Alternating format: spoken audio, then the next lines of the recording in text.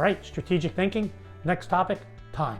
I want you to think long-term, short-term, and I want you to think in these three areas: you, your organization, and your industry. So we're going to define those terms. You need to take the time to define what long-term means for each of these three areas and what short-term means. That way you can put your goals together and you can think for the long-term, understanding the impact of the short-term. Okay, so first, let's just take the example. So long-term, short-term. For you, what is the long-term for how you're being measured? 1 year? 6 months?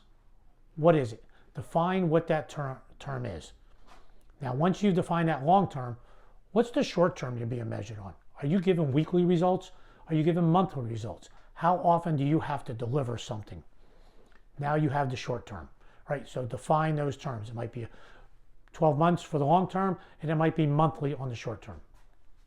Next, your organization, and that could be your team, that could be your company, your small business, whatever it is. Define for this organization, the organization I work in, this is how we define long-term. Make sure you put, this is what it's going to, it could be exactly the same as it is for you personally. It might be a little bit different. But what does long-term mean for the organization as a whole? And then what does short-term mean? We produce monthly reports so that way we can meet our annual goals. It might be that simple, but you need to define those terms. Last one, the industry. If you are in whatever industry you're in, maybe you're in the government and you're concerned about the 5-year budget is the long term, and then what happens annually might be the short term, or maybe it gets down to quarterly. Whatever it is, now think of your industry. How is your industry measured?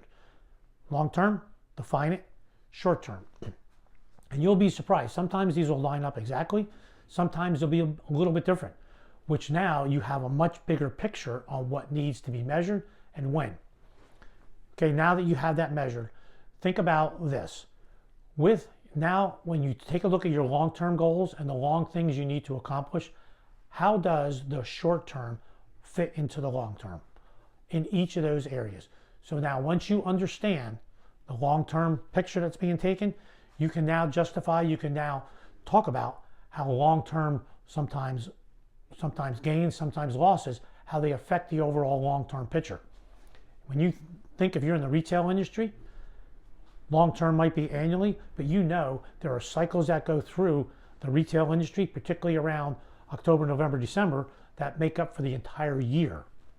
It's important that you understand how the metrics, whatever you're measuring, make a difference. The short-term metrics make a big difference in the long term, and you need to be able to justify those. That's how you get a big strategic picture in the area of time. All right, see you in the next video where we talk about the next element of strategic thinking.